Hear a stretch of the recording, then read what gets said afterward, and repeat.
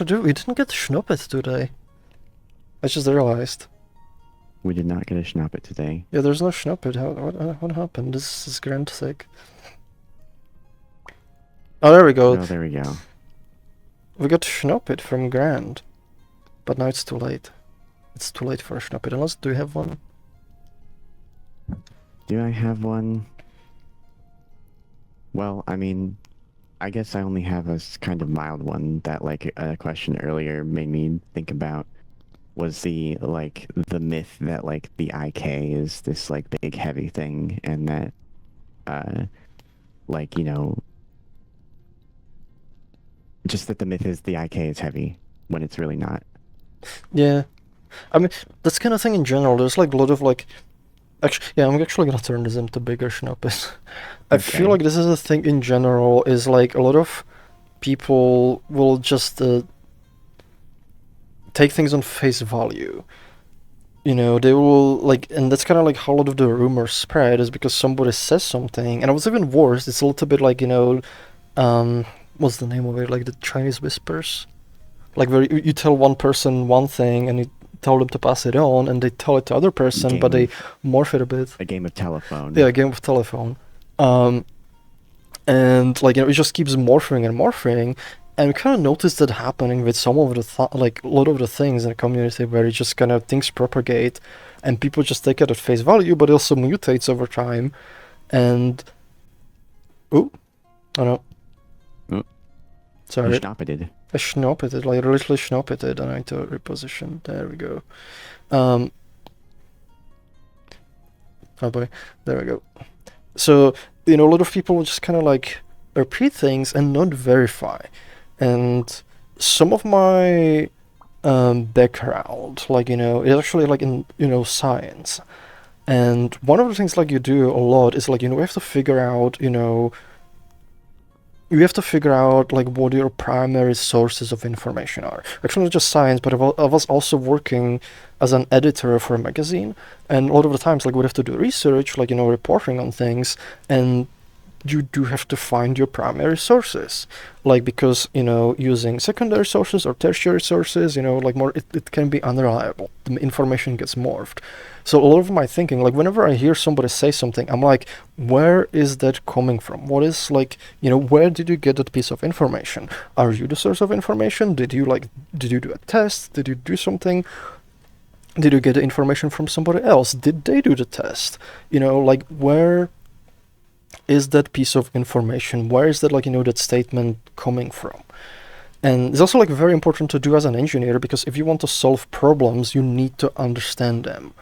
Unless, like, you know, like some people solve problems like they just kind of poke things and until it, you know, until it starts working, and they don't, you know, and you have like the situation, you fix it, but you don't know why it's fixed. Like, I really hate like when it happens, like whenever there's a bug and it starts working and I don't know why, I will usually keep at it, because I'm like, I need to understand like what is happening. I need to understand why it was not working before. I need to understand why it works now. Because if I don't understand it, I don't know if it's actually fixed or if it's just like, you know, part of the behavior. Because usually if I don't understand it and it seems like it fixed itself, it has a tendency to just pop up later, you know, or maybe be just hiding some more devious bug.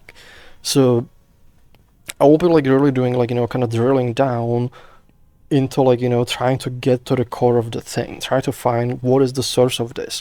And you also do stuff like, you know, you apply Occam's razor, which is like, you know, you try to remove everything that doesn't matter, that doesn't like make a difference for whatever their statement is. So if there's like, you know, for example, bug report and the person mentions, oh, this, I'm like, does this thing matter? Does this thing matter? Because the more variables there are, the harder the problem is to solve. And anything you can eliminate, you know, it's like, imagine like, you know, like, imagine a bug is like, you know, composed from lots of like little pieces, and there's like, you know, stuff here, and there's stuff here, and there's stuff here, and there's stuff here, and there's stuff here, and there's stuff here and here, you know, and there's like a lot of things. And maybe like this is the, like, and you don't know where the bug is. So what you want to do is like, you know, does this make a difference for the bug? Nope. Does this make a difference for the bug? Nope. Does this make a difference for the bug? No. Does this make a difference for the bug? No. does this make a difference for the bug? No. Does this make a difference? No. Okay, this is my root, and does this make a difference? Yes. This is my core issue, and this is much easier to deal with, than dealing with this. And I kind of wish people would adopt more of this kind of thinking. Not even for Resonite, even more general, because I do see that kind of happen, where people will just kind of spread things without having anything basis. It's like somebody said something, so not saying it, and it's like, and I was kind of thinking is where the way I kind of think about things, and it's also similar how you approach things in science, is what is the strength of evidence you have for something, and how many ways can it be verified independently. In science, you have the peer review process.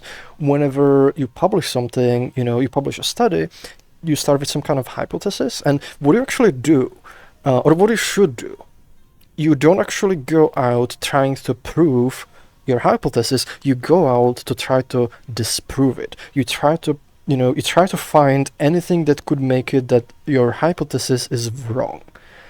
And if you can do that, if you can throw a lot of things at your hypothesis and it still stands after you genuinely trying to disprove it, that gives you confidence that your hypothesis is true.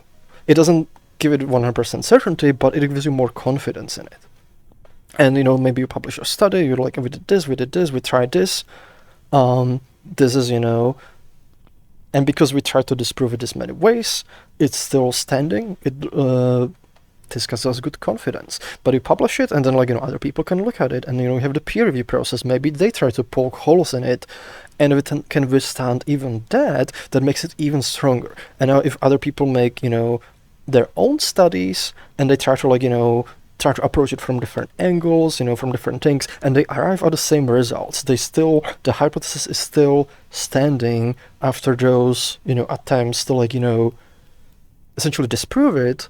That gives you even more confidence that it is a good model for what is happening. Because if you go out to prove what you're trying, if you try to prove your hypothesis true, you end up suffering from a number of kind of biases. You're gonna look for data that fits the hypothesis, and you might kind of ignore or even notice data that doesn't, and that can lead you to false results.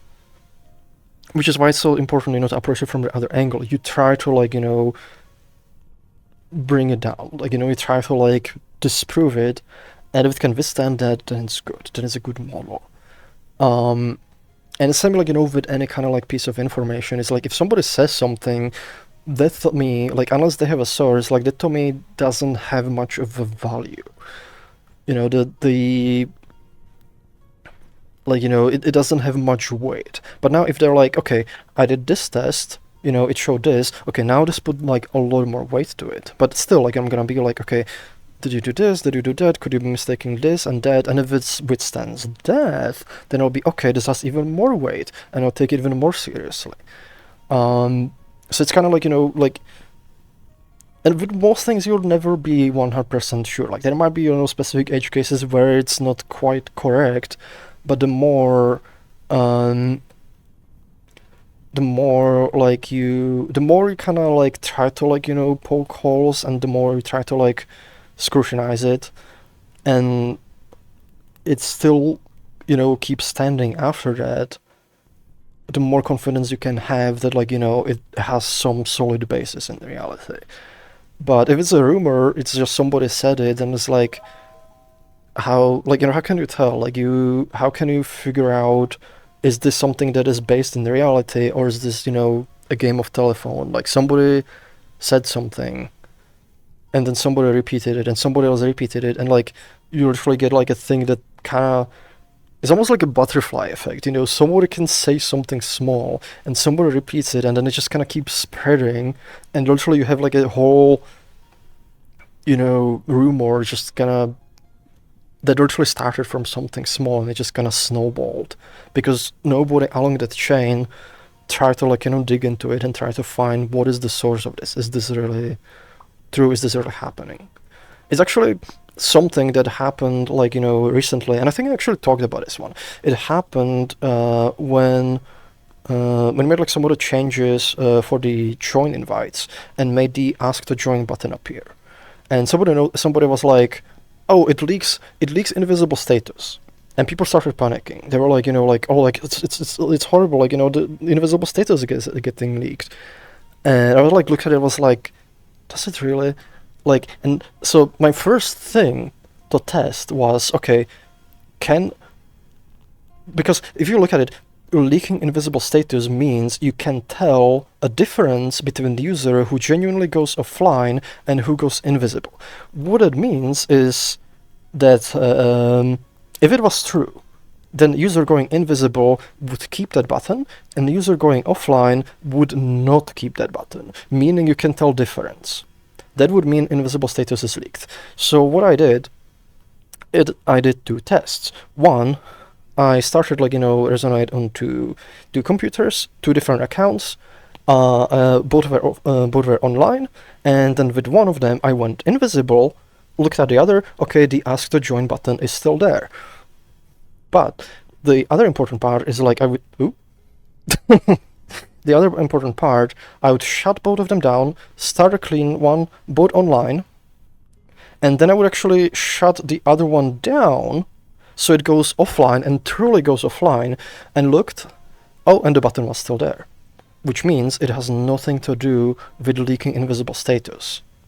And that's an easy test that anybody could have done before reporting it, before saying things, but people they saw a thing and they jumped to a conclusion without verifying that conclusion is actually valid, and and that's potentially how a rumor could have started, that this thing leaks invisible status, even though it's demonstrably not true. And I hope that more people can kind of adopt this kind of mindset of if you see something or if you think something, try to disprove it first. Try to think, how could I check if this is if this statement or this thing what this hypothesis, because this is pretty much a hypothesis, is that the status the button leaks invisible status. How do I disprove it? Because it's very easy to disprove it. It's literally just go offline, see if the same thing happens.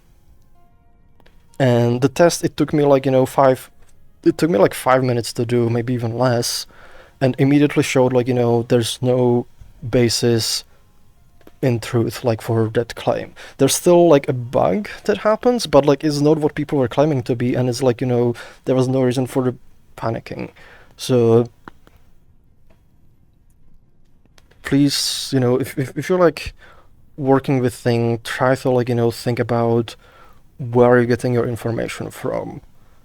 What is the basis for this, and how do you disprove it, and base your confidence in that statement on how solid the evidence is, and try to find what are the primary sources. Where is this information originating from?